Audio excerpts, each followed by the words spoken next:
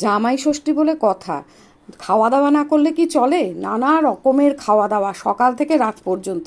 কলকাতায় তো এটা মানে ভালোভাবে মানে এনজয় করা যায়, কিন্তু আমার দুই ছেলে যেহেতু কর্মসূত্রে তারা একজন থাকে ব্যাঙ্গালোরে আর একজন থাকে পুনেতে, তারা সেইভাবেই সেখানে পালন করেছে। আর বলছে কি, মা জানো তো সমস্ত হোটেলগুলোয় কত বাঙালি, আর কি সুন্দর বাঙালি থালির সব আয়োজন করেছে। আলাম বাহ, তোরা ওইভাবেই এনজয় কর, কিছু করার নেই। বড় ছেলে আর বড় বৌমা গেছে ব্যাঙ্গালোরের বারবিকিউ নেশনে, সেখানকার খাওয়া দাওয়ার সব আমার সঙ্গে ছবিতে শেয়ার করেছে, সেগুলো তোমাদের সঙ্গে শেয়ার করছি। আর ছোট ছেলে গেছে পুনেতে পুরো বাঙালি একটা হোটেলে, দেখো কত সুন্দর করে সাজিয়ে গুজিয়ে সব দিয়েছে। আর এক একটা বিশেষ দিন না মানুষকে এক একটা বিশেষভাবে মানে আনন্দ দেয়, তাই না? কাজের জগৎ আর তারপর বাড়ি ছেড়ে এত দূরে আছে, সেগুলো ভুলে থাকা যায়।